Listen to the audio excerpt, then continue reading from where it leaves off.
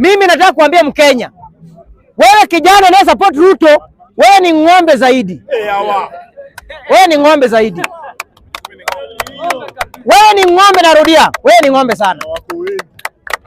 Serikali ya Kenya Kwanza ambayo wana grab shamba kisha anachukua AK47, wanachukua G3, wanaenda kupiga wanaume ambao hawana silaha. Then ng'ombe anakuja kuambia Ruto 10. Wewe ni ng'ombe. My friend, wewe ni ng'ombe. Wewe ni ng'ombe sana. During Uhuru Kenyatta, Migai ambaye anasemekana ni mwizi. Hakuna mtu Uhuru Kenyatta anaenda kuoa kwa shamba lake juu ya shamba. Hata anatuma GSU auwe mtu juu ya shamba. Never, hakuwaifanya. Then conman, thugs, terrorists, gangs, goons, conmen, abductors, tutatenga. Wanaenda kuua watu kwa shamba, juu wanataka kugrab shamba ya mtu, then wanakuja kublame. Ati aji Douglas Kanja hana tatizo na Wakenya.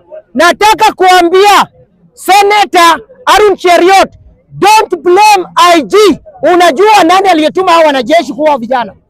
Wanajua vizuri sana. Muda asikudanganye. Japhet Koome anaingilia na wapi? Mkuu wa DCI Amin Mohamed anaingia na mambo ya wapi? Kwani hiyo shamba Amin Mohamed alikuwa na grab? Japhet Koome ndiye alikuwa na grab? Ama Douglas Kanja?